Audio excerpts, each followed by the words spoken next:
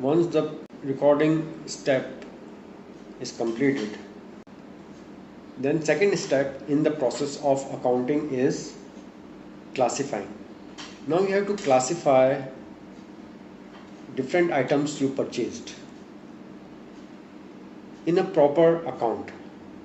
Let's suppose you bought chairs, you bought pencils, pens, tables, tube lights, car, van, and many more things. Now chairs, tables, tube lights are part of furniture and fixtures. You have to understand, you have to recognize that chair, table. So you have to understand that these items are part of furniture and fixture.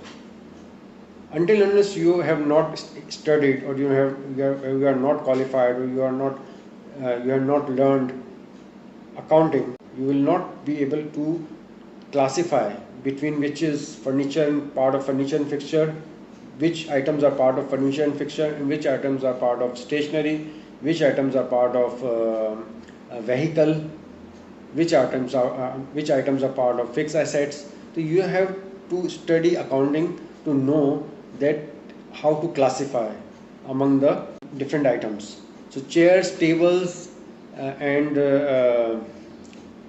tube lights are part of furniture and fixtures. Okay. Then second is pencil, paper, staplers, erasers. These are part of stationery. So you classify this as stationery. The first one were furniture and fixture, and car for office or van for office. These are vehicles. Now the furniture and fixture and vehicle both are part of fixed assets. This is how you classify. So you classify and then further classify. This is a step which is known as classification.